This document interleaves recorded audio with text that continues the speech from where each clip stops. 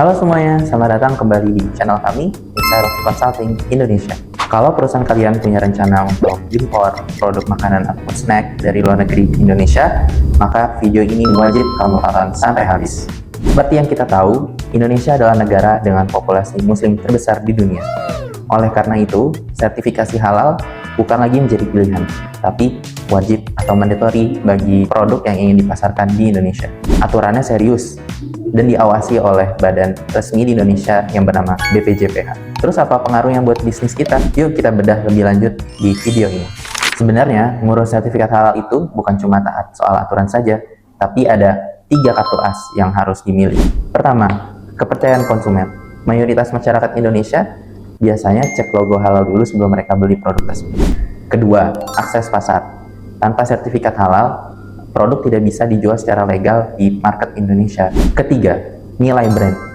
Brand yang sudah memiliki sertifikasi halal dianggap lebih kompetitif dan lebih profesional di masyarakat Indonesia. Lalu, siapa saja yang wajib memiliki sertifikasi halal? Semua jenis bisnis makanan memerlukan sertifikasi halal. Mulai dari bisnis catering, hingga bisnis makanan ataupun minuman kemasan, hingga snack. Untuk produk impor, seperti biskuit, keripik, ataupun minuman botol, aturannya pun sama. Wajib memiliki sertifikasi halal sebelum dapat dipasarkan. Catat juga batas waktu pentingnya ya.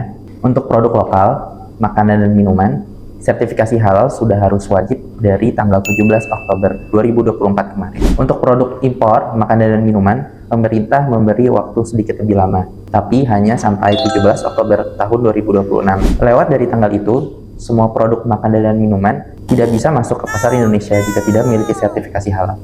Namun tenang, bukan berarti semua produk itu harus halal. Produk non-halal seperti alkohol ataupun makanan dan minuman yang mengandung babi tetap bisa masuk ke pasar Indonesia, asalkan terdapat label non-halal. Hal ini diharuskan agar konsumen tidak salah beli. Lalu, alur prosesnya bagaimana? Sebenarnya, tahapannya tidak seribet yang dipikirkan, asalkan dokumennya lengkap, dan kira-kira tahapannya seperti ini. Pertama, persiapan. Tunjuk penyelia halal dan persiapkan dokumen-dokumen teknis. Yang kedua, pendaftaran. Submit dokumen secara online lewat Si Halal. Lalu yang ketiga, audit.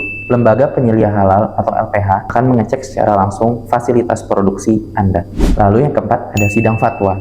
MUI akan meninjau hasil audit untuk menentukan status halal. Lalu yang kelima, ada penerbitan. BPJPH akan menerbitkan sertifikat dan logo untuk produk Anda. Biasanya, semua proses ini akan memakan waktu sekitar beberapa minggu, tergantung kesiapan dokumen yang kamu punya. Khusus buat produk dari luar negeri atau impor, ada beberapa poin tambahan yang harus diperhatikan. Siapkan dokumen ekspor seperti letter of authorization, komposisi produk, dan alur proses produksi. Tetap wajib melakukan registrasi di Indonesia. Label kemasan harus menggunakan bahasa Indonesia dan menampilkan logo halal resmi. Dapat sertifikat itu bukan akhir perjalanan. Justru, itu awal dari tanggung jawab Anda. Status halal ini harus dijaga tiap hari. Artinya, fasilitas harus steril. Pabrik dan gudang jangan sampai tercampur antara bahan halal maupun non-halal. Audit mandiri, minimal setahun sekali. Cek lagi semua prosedurnya. Jangan sampai nunggu ketahuan otoritas kalau ada hal-hal yang salah. Anda takut gagal audit karena dokumen masih berantakan? Tenang, serahkan saja semuanya ke ahlinya. Inside of Consulting Indonesia.